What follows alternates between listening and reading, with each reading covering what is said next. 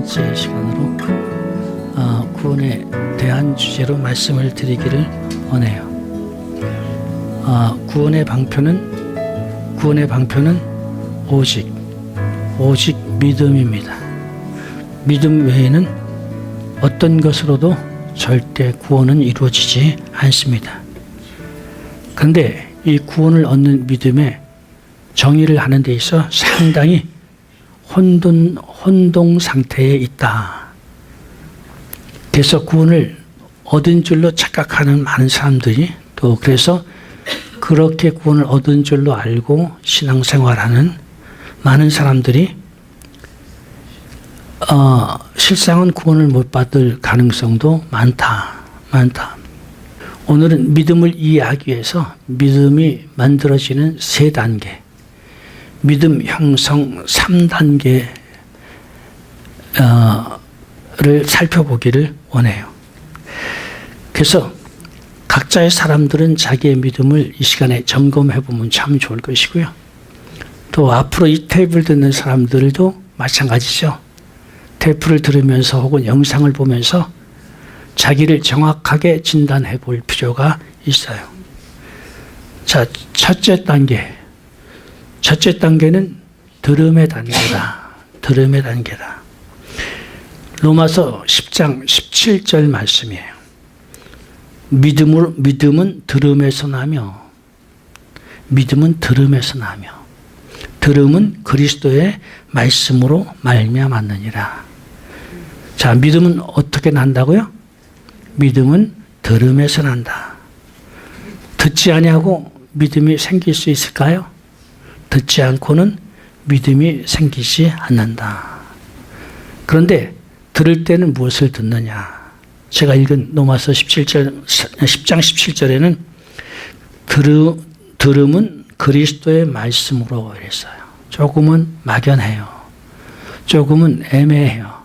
그래서 더 분명하게, 더 자세하게 설명한다고 하면 믿음을 위해서 들어야 할 내용은 복음이다. 근데 이 복음이 어떤 복음이냐가 중요해요. 복음을 바로 아느냐, 올바른 복음이냐, 올바르지 않느냐, 이 문제예요. 이 부분이 아주 조심해야 할 부분이고, 잘못 알면 심각한 후유증을 가져오는 부분이에요. 자, 믿음은 들음에서 나는데, 들음은 다른 말로 말하면 아는 것이에요. 믿음은 어디서 와요? 믿음은 아는 것에서 온다. 그래서 바로 알면 바른 믿음이 오지만은 잘못 알면 잘못된 믿음이 온다. 그렇죠? 또 적게 알면 적은 믿음이 오고 많이 알면 큰 믿음이 온다. 우리가 믿는 성경은 참 많은 것을 약속해 주셨어요. 참 많은 것을 약속해 주셨는데 사람들은 그 약속을 다 믿질 않아요. 그래서 자기가 원하는 것만 믿어요. 그러니까 자기가 원하는 것에서만 믿음이 있어요. 병이 들었을 때 성경은 분명히 뭐라고 말해요?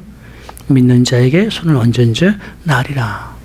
그 말씀을 믿으면 믿는 대로 되는 줄 아시기 바랍니다. 아픈 사람이 그 말씀을 믿으면 신유를 경험하는데, 아픈 사람이 그 말을 믿지 않으면 신유를 경험할 수 없다. 그래서 아는 대로 믿음이 생기고, 믿음의 결과는 뭐예요?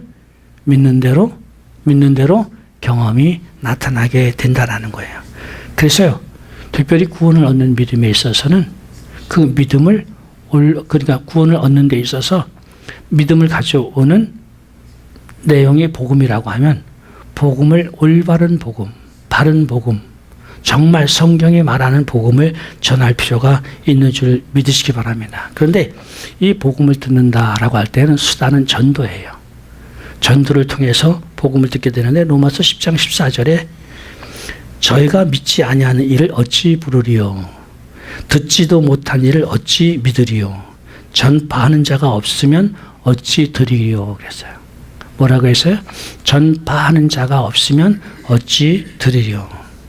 그래서 전도자가 복음을 전하는 일은 참 중요해요.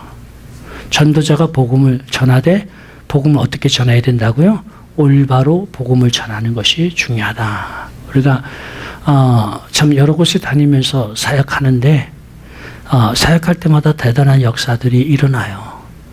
제일 처음에는 중생케 하는 역사들이 참 강력하게 일어나죠. 거듭나서 하나님의 사람이 되어 참 놀라운 변화를 가져오고 새로운 삶을 시작하고 아름다운 역사가 많이 일어나는데 그 역사가 일어나는 원인은 뭐예요?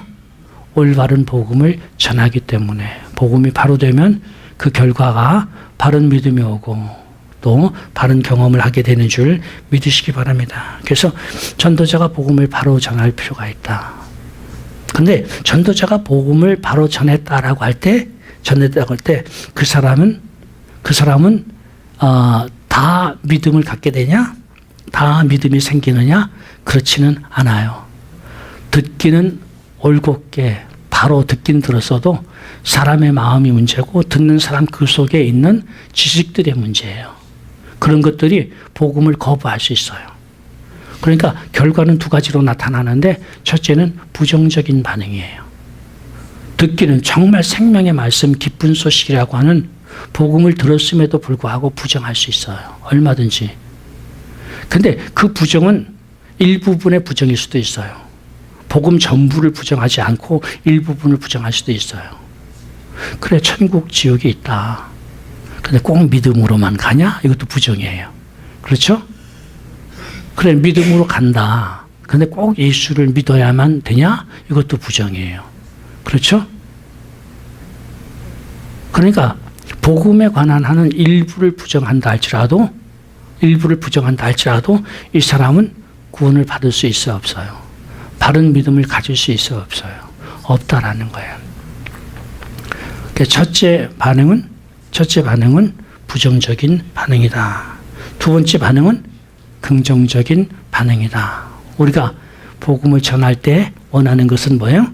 피전도자가 긍정적인 반응을 보여주기를 원하는 것이요. 자, 이렇게 그 사람이 긍정적인 반응을 보여서 복음을 받아들이면 사람들이 이것을 믿음으로 착각하기 쉬워요. 복음을 듣고 그렇구나, 맞구나, 예수를 믿어야 되겠구나, 예수님이 구원자시구나, 예수님을 믿음으로 천국 가는구나. 여기까지가 긍정적인 거예요. 아직은 구원이 이루어진 단계는 아니죠. 구원에 들어가기 전 단계라고 하는 것을 이해해야 됩니다. 두 번째 단계가 있어요. 두 번째 단계는 수락하는 단계예요. 수락이란 문 밖에 서서 두드리노니 하신 예수님을 받아들이는 단계예요. 모셔드리는 단계예요. 복음을 듣고 긍정적인 반응을 보인 사람이 드디어는 마음 문을 열게 돼요. 그리고 예수님을 영접하는 단계가 오게 되죠. 그래서 예수님을 영접할 때 어떻게 예수님을 영접하느냐라는 거예요. 여기서 복음을 바로 듣는 사람은 예수님이 누군지 깨달아지는 줄 믿으시기 바랍니다. 복음을 바로 듣는 사람은 예수님이 누군지 깨달아지는데 예수님이 첫째 주님이시라는 것이고요. 두 번째 예수님이 구주신 거예요.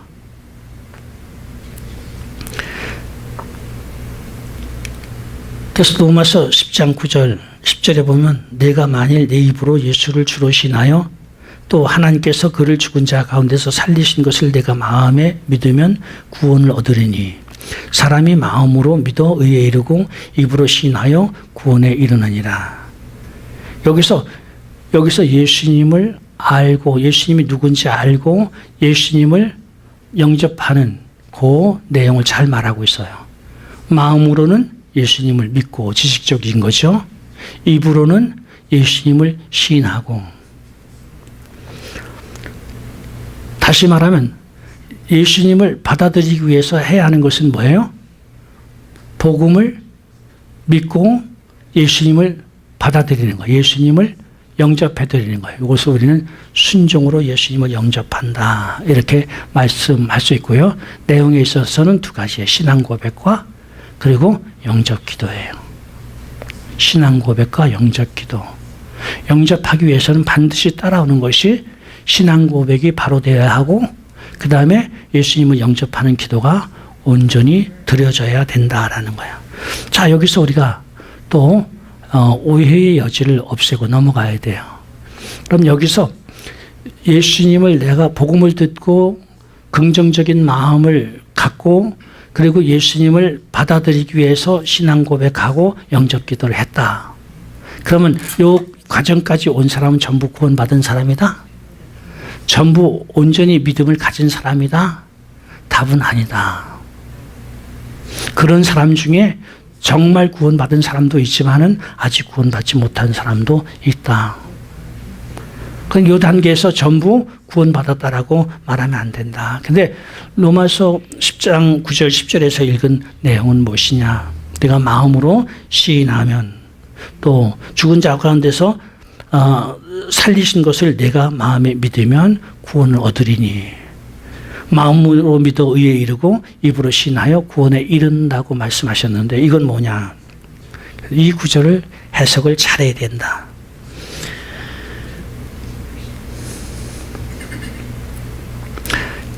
이 구절을 교회들이 너무 안일하게 해석한 것 같아요. 너무 분명하지 않게 해석한 것 같아요. 여기서 생각해 볼 수 있는 것은 입으로 시인하는 거예요. 입으로 시인하는 것은 그 태도가 참 다양합니다. 그렇죠? 정작 안 믿는데 입으로 시인할 수도 있어요. 정작은 적게 믿는데도 입으로 시인할 수도 있어요. 마음으로 믿는 것도 마찬가지예요. 마음으로 믿는 것도 그 수준은 천차만별이에요. 그럼 마음으로 지식적으로 인정하는 모든 사람이 다 거듭난 것이냐? 다 구원받는 것이냐? 그렇게 질문하면 대답은 아니요라고 할 수 있는 거예요. 자, 여기서 어떤 사람이 구원받을 수 있느냐라는 거예요. 어떤 사람이 올바른 믿음을 가질 수 있느냐라는 거예요. 사도행전 1장에 오순절 성령 강림의 사건이 나타나요. 그들은 열흘 동안 기도를 했어요. 성령 받는 게 쉬운 것이 아니다라는 거예요. 쉽게 고백 한마디로 되어지는 거 아니고요. 쉽게 진리 하나 깨달아지는 것이 아니다라는 거예요. 이들은 자그마치 열흘 동안 성령을 받기 위해서 기도했어요. 열흘 동안 성령을 받기 기도했는데 그 구절에서 보면 이들이 기도한 태도가 나와요. 이들이 기도한 태도는 무엇이냐면 전혀 기도에 힘썼느니라. 지금 신앙 고백과 그리고 영접 기도가 하나님 앞에 인정되려고 하면 전혀 기도에 힘써야 된다라는 거예요. 반신반의가 아니에요. 한 50%쯤 주님이 주시면 받고 아니면 말고 이런 태도가 아니라는 거예요. 마음은 별로 동하지 않는데 입으로 고백했다고 무조건 그 사람이 구원받은 것이 아니란 말이죠. 사도행전에서는 전혀 기도에 힘썼다. 전혀 기도에 힘썼다는 것을 우리는 전심전력이라고 말해요. 적어도 주님이 받을 만한 기도는 무엇이냐면 전심전력으로 드려진 기도인 줄 믿으시기 바랍니다. 기도했기 때문에 영접 기도했기 때문에 다 영접한 것이다가 아니고 영접 기도를 했기 때문에 다 영접한 것이다 이렇게 주장하는 사람은 마치 주전자에 물을 넣고 물을 끓이겠다고 불을 떼는 것과 같아요. 주전자에 물을 넣고 끓이기 위해서 불을 뗐기 때문에 물이 끓었다. 모든 물은 다 끓었다. 모든 주전자는 다 물을 끓였다. 이렇게 말하는 것은 합리적이지 않아요. 논리적이지 않아요. 얼마든지 주전자에 물을 넣고 물을 끓이려고 불을 뗐어도 물을 끓이지 못하는 경우 많다. 많다. 그렇죠? 어느 경우 물을 끓이지 못해요? 끓이기 전에 불 때린 것을 중지하면. 그렇죠? 끓기 전에. 그런 경우도 많잖아요?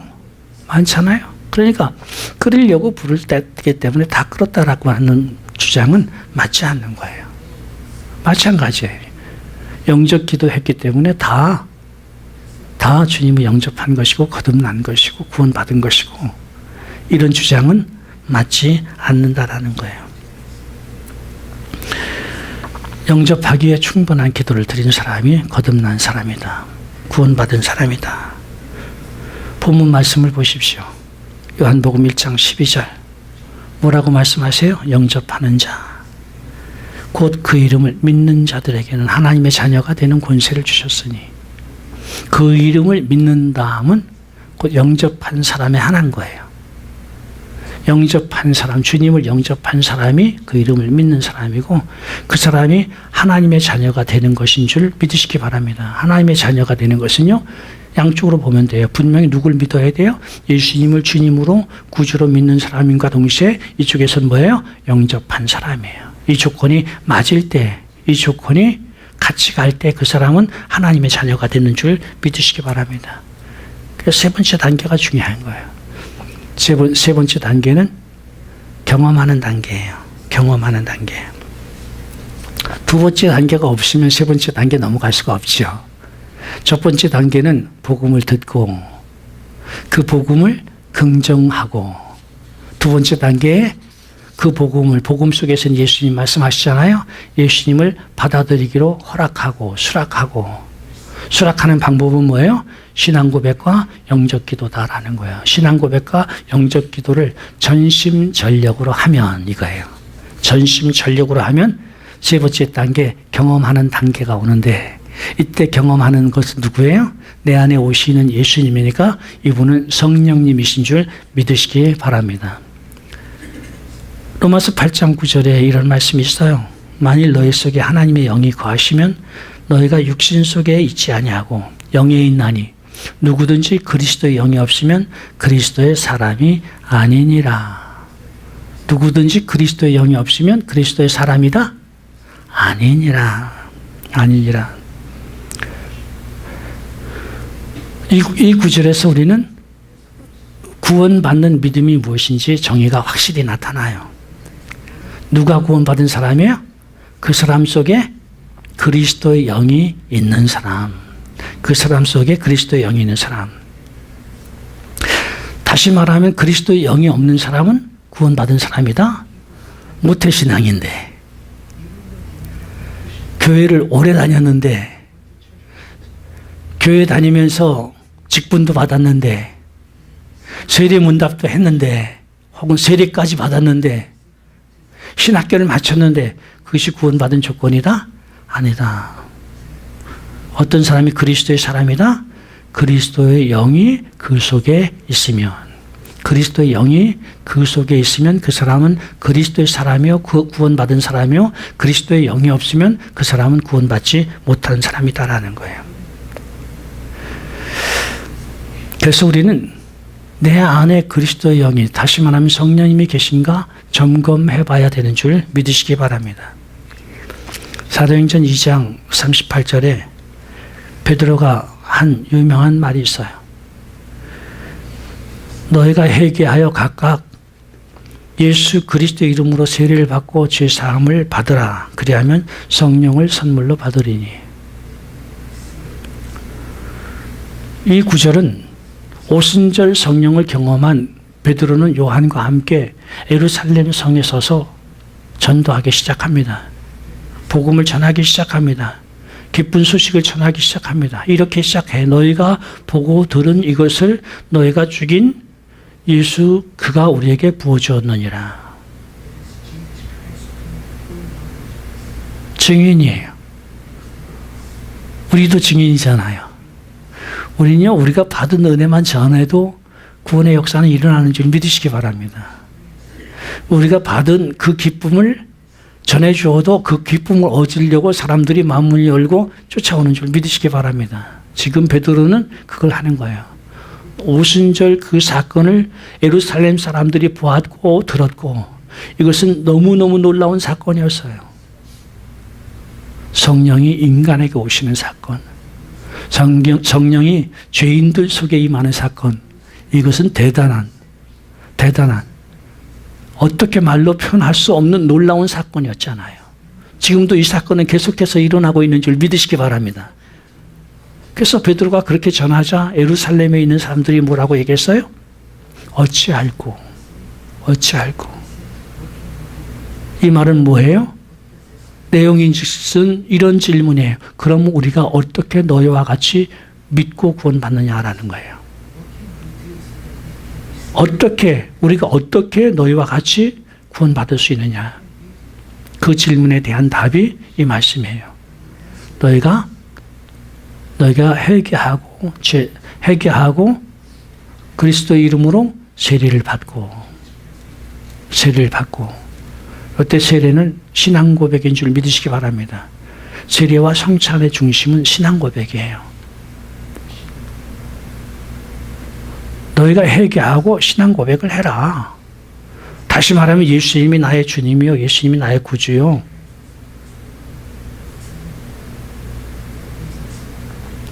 그리고 영적 기도를 해라. 세례라는 거 그것이잖아요. 예수님이 누구신지 신앙 고백을 하고 예수님을 모셔드리는 영적 기도를 해라. 그러면 하나님이 너의 죄를 사하여 주시리라. 여기서 내가 죄를 고백했고 신앙 고백을 했고 예수님을 영접하는 기도를 했다. 그것을 보아서 죄사함을 받은 것을 알 수 있다 없다. 그것만 보아서는 죄사함을 받았는지 받았지 못하는지 알 수 없다. 물론 오순절 사건을 대입해 보면 전심전력으로 영접 기도를 했으면 물론 이 사람 죄사함 받았어요. 근데 문제는 뭐냐면 내 자신이 전심전력으로 기도했는지를 모른다라는 거예요. 여러분, 물을 끓이기 위해서 불을 떼면 불이 100도에 올라갔는지 올라가지 않았는지 불 떼는 사람은 몰라요. 그렇지, 알아요? 몰라요? 몰라요. 물이 끓으려고 하면 100도가 돼야 되는데 100도가 됐는지 안 됐는지 모르기 때문에 물이 끓었는지 안 끓었는지 나는 모르는 거예요. 물론 100도가 올라갔으면 물은 끓었어요. 그러니까 우리가 영접기도 하는데 영접기도가 100도가 됐는지 안 됐는지 모른다니까요. 전심전력으로 기도한 건지 아닌지 모른다니까요. 그러니까 회개한 거로 신앙 고백하고 주님을 영접하는 기도를 한 거로 내가 죄사함을 받았다 받지 못했다 모르는 거예요. 그럼 어떻게 알 수 있어요? 베드로의 가르침대로 보면 성령을 선물로 받은 것으로 알 수 있는 거예요. 죄사함을 받으라. 그러면 성령을 선물로 주리니. 물이 끓은 것을 어떻게 알 수 있어요? 물이 끓은 거 어떻게 100도에 올라갔는지 안 올라갔는지는요, 뚜껑만 열어보면 아는 거예요. 그렇죠? 뚜껑만 열어보면 아는 거예요. 100도가 넘어갔으면 물은 끓고 있을 것이요. 100도에 올라가지 않았으면 물은 안 끓을 것이요. 내가 성령을 받았으면 전심전력으로 기도한 것이고 하나님께서 내 죄를 사해 주신 것이고, 근데 내가 성령을 못 받았으면 죄사함 받지 못한 것이고 아직 전심전력으로 기도하지 못한 것이고, 그렇게 진단해야 되는 줄 믿으시기 바랍니다. 그래서 에베소서 1장 13절에도 말씀을 잘 해주고 있어요.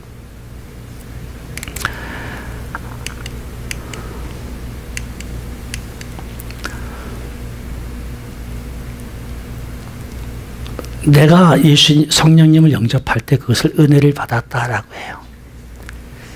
내가 예수님을 영접할 때 내 안에 오시는 분은 성령님이에요. 그래서 경험은 성령님을 하시는 것인 줄 믿으시기 바랍니다. 이것을 은혜 받았다라고 말하는데 은혜를 누가 주세요? 은혜는 하나님이 주신다. 그래서 하나님의 결정에 의해서 은혜가 오는 것인 줄 믿으시기 바랍니다. 그래서 은혜를 주시는 데 있어서는 하나님 주권자세요. 주권자세요. 우리 인간은 피동자예요. 어떤 사람에게 하나님 은혜를 주시느냐 이 문제예요. 어떤 사람에게 하나님 은혜를 주시느냐. 두 번째 단계 수락에서 신앙 고백하고 예수님을 영접하는 기도에서 전심전력으로 하는 사람. 어떤 주전자가 물을 끓었느냐라는 문제가 똑같아요. 어떤 주전자가 물을 끓여요? 100도에 올렸으면. 물의 온도를 100도 이상으로 올렸으면 그 물은 그 주전자는 물을 끓이게 되는 거예요. 그러나 아직 100도에 올리지 못했으면 그 주전자는 아직 물을 끓이지 못한 거예요. 고로 그 주전자가 물을 끓게 만들려고 하면 뭐만 하면 돼요? 물을 100도 이상으로 올려라. 누구든지 주님을 영접하는 기도를 전심전력의 단계로 끌어올려주면 그 사람은 거듭난다. 그 사람은 성령 받는다. 그래서 에베소서 1장 13절에 이런 구절이 있어요. 그 안에서 너희도 진리의 말씀 곧 너의 구원의 복음을 듣고 그 안에서 또한 믿어 약속의 성령으로 인침을 받았으니. 오늘 본문에 대한 오늘 설교에 대한 요약이 여기서 나와요. 처음에 뭘 듣는다고 했어요? 진리의 말씀 곧 구원의 복음을 듣고 그 안에서 뭐 안에서요? 복음, 구원의 복음 안에서 믿음이 생기고 그것을 믿고 있으니까 뭐가 왔다고요? 약속의 성령을 받고.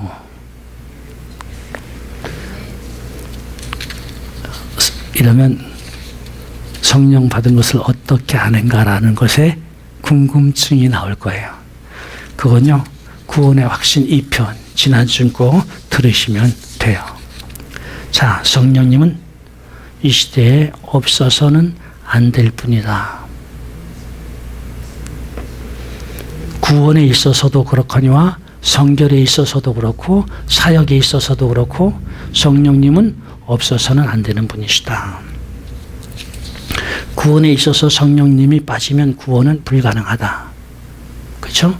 거듭나야 구원받는데 거듭나게 하시는 성령님이 안 계시면, 성령님이 없으시면 구원받을 수 있어요? 없어요? 없다. 거룩한 삶, 경건한 삶은 성령님은 성결의 영이신데 성결의 영이신 성령님이 도와주시지 않고 경건해질 수 있는가라는 거예요. 거룩해질 수 있는가라는 거예요. 없다. 다소 도덕적으로 다른 삶과 조금 차이는 날 수 있어요. 그렇죠? 인격적으로 조금 뭐예요? 수준 높은 인격자가 될 수는 있어요. 그러나 하나님 말씀하시는 거룩함, 하나님 말씀하시는 경건함은 불가능하다라는 거예요.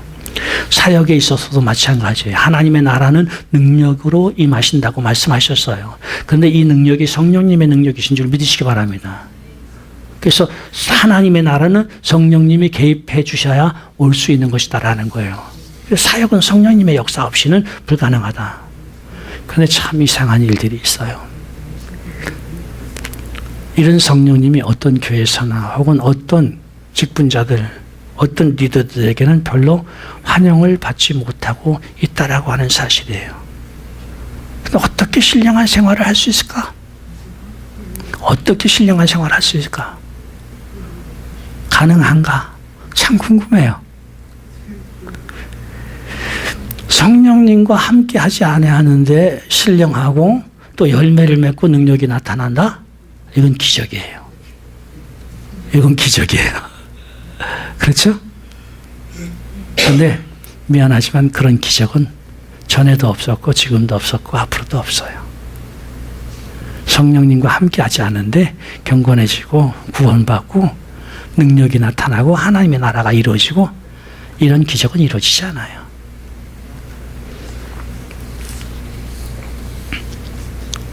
성령님과 함께 하지 아니하면 하나님께 속하지 않은 거예요. 아무것도 바꿀 수 없어요. 아무것도 바꿀 수 없어요. 흔히 하나님의 말씀을 따르면 경건해진다, 올바로 산다라고 주장해요. 이 일은요, 2000년 전에도 이런 일이 일어났어요. 예수님이 오셨을 때. 근데 그들을 향해서 예수님 독사의 자식들아 그러셨어요. 당시에 성직자들, 종교적 리더들, 제사장, 예배를 인도하는 사람들, 서기관, 말씀을 연구하는 사람들, 바리새인들, 말씀을 실천하는 사람들. 이들만큼 성경의 전문가들이 없었어요. 그렇죠? 이들만큼 성경적이길 원하고 성경을 따르길 원하고 열정이 대단했어요. 실력을 가진 사람들이, 자타가 인정하는 실력을 가진 사람들이었어요. 그런데 그 정도면 예수님의 칭찬을 받아야 되는데 칭찬받기는커녕 오히려 책망을 받았어요. 독사의 자식들아. 우리는 말씀 중심이라는 말에 주의해야 돼요. 말씀이 중심이 되어야 되는 건 사실인데 그렇게 제사장, 서기관, 바리새인 같은 말씀의 중심이어서는 분명히 오늘날도 독사의 자식들아라고 주님의 책망을 받을 수 있다라는 거예요.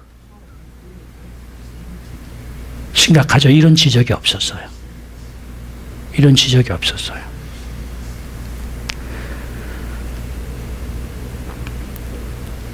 당시 하나님의 말씀을 놓고 예수님으로부터 책망받은 사람도 있고 예수님으로부터 칭찬들은 사람도 있고 그 차이가 뭐냐라는 거예요. 그 차이가 뭐냐라는 거예요. 분명히 제사장, 서기관, 바리새인들을 향해서는 예수님이 뭐라고 말씀하셨어요? 독사의 자식들아. 아무리 너희들이 말씀을 붙들고 열성을 가지고 다른 사람보다 더 많이 율법적이지만은 너희들은 지옥 간다라는 거예요. 심각하지 않아요? 너희들은 지옥 간다라는 거예요. 근데 칭찬 들은 사람들은 누구예요? 사도들이에요. 사도들이 똑같이 말씀을 붙든 사람들인데 사도들은 칭찬을 듣고 성직자들은 책망을 받고 무슨 차이였을까요? 제사장, 서기관들, 바리새인들이요 하나님에 대한 열정이 대단했습니다. 그렇죠? 말씀을 붙들고 살고 하나님을 사랑하고 하나님을 순종하고 하나님을 경배하고 산다고 했어요. 그럼에도 불구하고 그들은 하나님 밖에 있는 사람들이었어요. 무슨 차이였어요? 그 시대에 오신 하나님은 성부가 아니었어요. 그 시대에 오신 하나님은 성자 예수님이었어요. 이들은 당시의 제사장, 서기관, 바리새인들은 예수님을 받아들이지 않았어요. 이유는 많아요. 성경에 예수가 어디 있뇨? 메시아가 마리아와 요셉 사이에 태어난다고 어디 있나? 몇 년생이라고 어떻게 나와 있나? 갈릴리에서 그렇게 자랐다고? 성경에 없다라는 거예요. 성경에 열정을 가진 사람들인데 성경에 없다라는 거예요. 그래서 뭐 해요? 예수님을 거부하고요. 예수님을 죽이는 데 내어주고요. 무슨 지혜가 없었어요? 그 시대에 오시는 하나님 누군지 그걸 아는 지혜가 없었던 거예요. 그래서 하나님을 그렇게 신봉한다고 했던 그들이 결국은 신앙생활 실패했다라는 거예요. 결국 그들의 해석도 틀렸고 그들의 삶도 인정받지 못하고 그들의 열정은 전부 물거품같이 사라지고 지옥에 떨어졌다라는 거예요. 이 같은 일들이 이 시대에 일어나지 않을까라는 질문을 해봐야 돼요. 이와 같은 일들이 이 시대에 일어나지 않을까. 이 시대에 사는 사람들도 이렇게 말할 거예요. 우리는 철저히 성경적입니다. 누구보다도 성경을 많이 알기 원하고 많이 알려고 노력하고 그런 방법도 있고 그래서 이렇게 성경 공부하고 있습니다. 우리는 더 나가서 이렇게 말할까? 우리는 예수님도 사랑합니다. 예수님 분명히 우리 주님이시고 우리 구주십니다. 그리고 예수님을 사랑해서 예수님을 기쁘시게 하기를 원하고 그래서 우리는 선교도 하고 전도도 하고 이렇게 하고 있습니다. 이 정도면 참으로 대단한 신앙이라고 인정받을 수 있을 법해요. 그런데 그런 사람에게 질문 한 가지만 할게요. 당신에게 있어 성령님은 어디 계십니까? 당신에게 있어 성령님은 어디 계십니까? 이렇게 질문할 때 성령님 알 필요 없다고요? 성경만 알고 예수님만 사랑하고 있으면 된다고요? 어쩐지 이들 대답 속에는요, 2000년 전 예수님을 거부하고 있는 성직자들의 모습이 나타나요. 그런 느낌이 와요. 자, 보십시오. 예수님이 뭐라고 말씀하셨어요? 내가 실상을 말하노니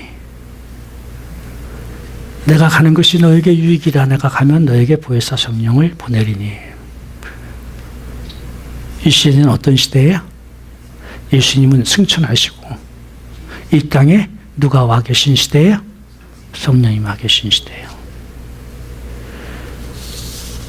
성령님이 이 땅에 예수님을 대신해서 오셔야만이 하나님의 뜻이 이루어지는 거예요. 아멘? 그게 더 중요한 거예요. 그게 우리에게 더 유익한 거예요. 예수님이 계시기보다는 성령님이 오시는 것이 우리에게 더 유익한 거예요. 그래서 예수님이 이렇게까지 말씀하셨어요. 혹 인자를 거역하면 사함이 있거니와 성령을 거역하면 사함이 없느니라. 이 땅에 오신 성령님이 얼마나 중요한 분이면 혹 예수님을 거역하면, 인자를 거역하면 사함이 있거니와 성령을 거역하면 사함이 없다고까지 말씀하시냐고요. 저는 단언해요. 누군가가 성경을 믿노라 하고 예수님을 사랑한다고 말하지만은 성령님을 거역하고 성령을 소유하지 못했으면, 성령을 받아들이지 못했으면 그 사람은 성경을 믿는 것도 아니며 예수님을 사랑하는 것도 아니며 그 사람은 분명히 구원받은 사람도 아니에요. 이게 문제예요. 성경을 믿노라 하며 예수님을 사랑한다고 하며 성령을 받지 못하고 성령을 거절하고 성령을 무시하고 있는 사람들이 있을까요? 없을까요? 성령님에 대해서 너무 몰라요. 세상이 모르는 것이 아니라 교회가 너무 몰라요. 신자들이 성령님을 너무 몰라요. 예수님 당시의 성직자들이 여호와 하나님을 얼마나 잘 신봉했어요. 얼마나 충성했어요. 얼마나 열정을 가지고 신앙생활을 했어요. 그런데 그들은 오신 하나님 예수님을 거절하고 죽는데 내어줬어요. 그들은 결코 여호와 하나님조차 사랑한 사람들이 아니었어요. 그들은 진짜 성경을 믿는 사람들이 아니었어요. 착각이었어요. 오히려 하나님을 불순종하는 사람들이었고 성경의 핵심을 몰랐던 사람들이에요. 오늘날 교회가 성령님을 알지 못하고 성령님을 거부하고 실제로는 성경을 모르는 사람들이에요. 실제는 예수님을 사랑하지 않는 사람들이에요. 실제는 성경 밖에 있는 사람들이고 그리고 예수님 밖에 있는 사람들이에요. 성령님을 알고 성령님을 제대로 모시고 성령님과 함께하는 사람들이 성경을 아는 사람들이요. 그 사람들이 예수님을 사랑하는 사람들이요. 예수님을 기쁘게 하는 사람이고 진정 구원이 이루어진 사람들인 줄 믿으시기 바랍니다. 이제 결론을 말씀드려요. 주님의 말씀을 바로 알아야 돼요. 내가 실상을 말하노니 내가 가는 것이 너에게 유익이라. 가면 보혜사 성령을 너에게 보내리니. 오순절 이후는 이 세상은 성령님이 오셔서 주권자로 역사하시는 시대인 줄 믿으시기 바랍니다. 주님은 가시고 보혜사 성령이 오신 시대예요. 그분이 오셔서 하나님의 자녀를 삼는 일도 하시고 선한 목자가 되셔서 푸른 초장으로 인도하시기도 하시고 주권자로 능력과 은사도 주셔서 하나님의 나라가 이루어지는 사역의 열매도 맺게 해주시고, 그래서 이 성령님이 내 안에 오셔야 비로소 구원이 이루어지는 것인 줄 믿으시기 바랍니다. 비로소 하나님의 자녀가 되는 것이고 그리스도의 영을 가진 그리스도의 백성이 되는 것인 줄 믿으시기 바랍니다. 신앙생활을 바로 하려고 하면 이 성령님의 음성을 들을 수 있어야 돼요. 오해하지 마시기 바랍니다. 착각하시기 바랍니다. 우리가 성경만 알면 주님의 음성을 듣는다고 착각해요. 신학에서는요, 조명이라는 용어가 있어요. 성령의 감동으로 성경이 지어졌지만 이것을 읽는 우리에게는 성령님의 조명이 필요한 줄 믿으시기 바랍니다. 성령님 비춰주셔야 돼요. 마음속에 말씀으로 비춰주셔야 돼요. 그래서 어떻게 헌금해야 될지, 어디 가서 전도해야 될지, 어떻게 누구를 용서해야 될지, 어느 나라에 가야 할지 성경에 나와 있지 않아요. 우리가요, LHM 비전 가지고 땅끝까지 주의 복음을 전하고 6대주의 센터를 세워가지고 전 세계 전 국가들을 우리가 복음하자. 그런 비전 성경에 나와 있지 않아요. 땅끝까지 이르러 내 증인이 되리라고만 말씀하시는데, 우리가 성경을 알고 성경을 상고하는 동안 누가 그 비전을 주세요? 성령님이 우리 마음속에 말씀으로 조명시켜 주시는 줄 믿으시기 바랍니다. 성령의 역사가 없이 성경이 깨달아진다고요? 성령의 역사가 없이 성경을 알고 성경대로 살 수 있다고요? 천만에요.